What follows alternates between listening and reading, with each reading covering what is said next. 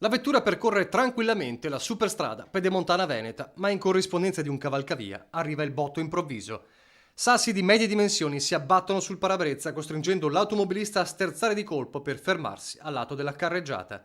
Ci sono danni alla carrozzeria, ma è un miracolo se non si consuma una tragedia.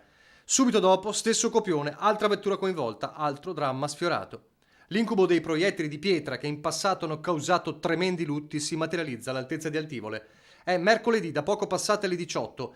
Anche altre auto di passaggio segnalano quanto sta accadendo. Due figure sono state viste armeggiare vicino al cavalcavia e poi nascondersi. Segnalazione a raffica al centralino della polizia stradale. È Bassano a intervenire. Dopo essersi sincerati delle condizioni degli automobilisti, recuperano 5 sassi e setacciano la scarpata e la vegetazione vicina.